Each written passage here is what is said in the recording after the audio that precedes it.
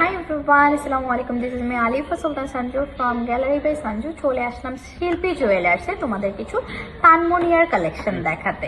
So তানমনিয়ার first collection দেখিয়ে দিচ্ছি। এই যে খুব সুন্দর, এটা হচ্ছে নেকলেসের মতো তোমরা পড়তে পারো।